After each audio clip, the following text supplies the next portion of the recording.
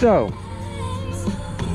the one negative, and I wouldn't really call it a negative, but the only issue with having a lot of power is at certain point you can have so much power that launching can become a difficult thing.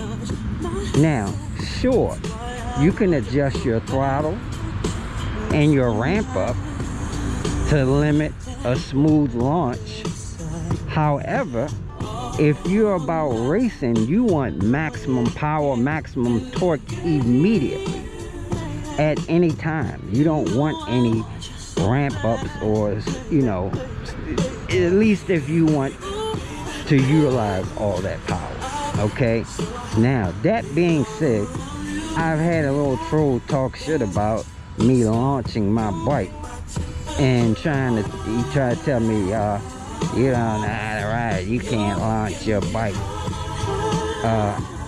And that's easy to say if you don't have that type of power. Now, 32 kilowatt is 46 horsepower. Now, I'm a little over 32 kilowatt now, so we're getting close to 50 horsepower. 50 horsepower on a bike this size with that short wheelbase is a nice piece of horsepower. And from a dead stop, if you try to full throttle, you're looping out. Simple as that. You're going to fucking loop out. I don't care how far you sit up front. I don't care how you try to distribute your weight to the front. I'm 220 pounds. Even when I sit all the way up here, if I were to take off from a dead stop and full throttle, this bike will raise my fat ass up and slam me back on the ground. Just like that. So, if I was being antsy in a race and being nervous, or, you know, like I said, anxious, and when I took off, I gave this thing full throttle, I'm going to come up, or it's going to wheelie off the line, okay?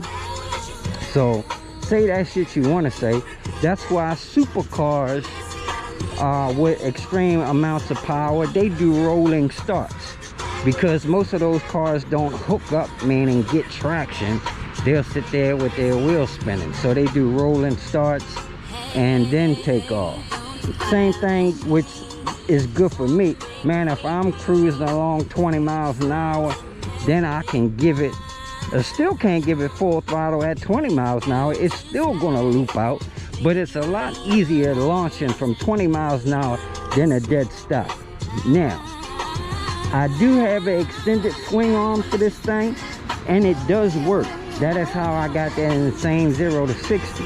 However, I hate the way it makes my bike look, and it makes the handling terrible. And it's so much to put that thing on and take it off. I mean, it's a lot.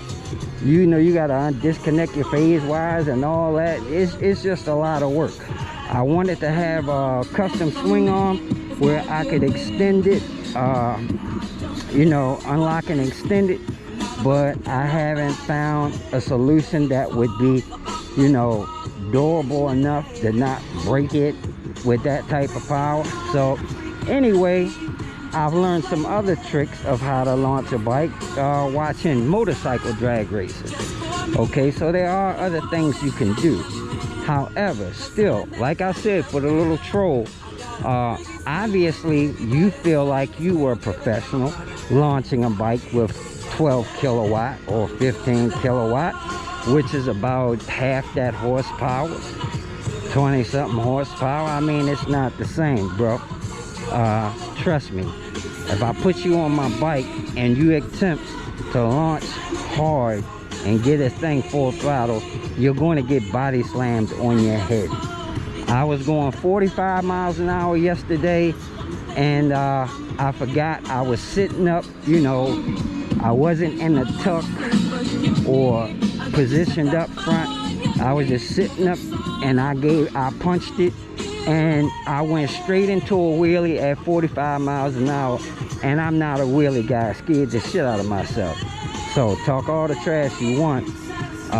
Yes, you have to practice launching and all that when you have this amount of power, or do a rolling start, you know. Anyway, just a little piece of information. That's the only negative by having that much power. And let me tell you something, I don't get a lot of wheel spin even with that power, because for one, I'm heavy, my bike is heavy, and that QS273 being 50 pounds mounted in that back wheel, this thing gets traction. I mean, it hooks up. It hooks up.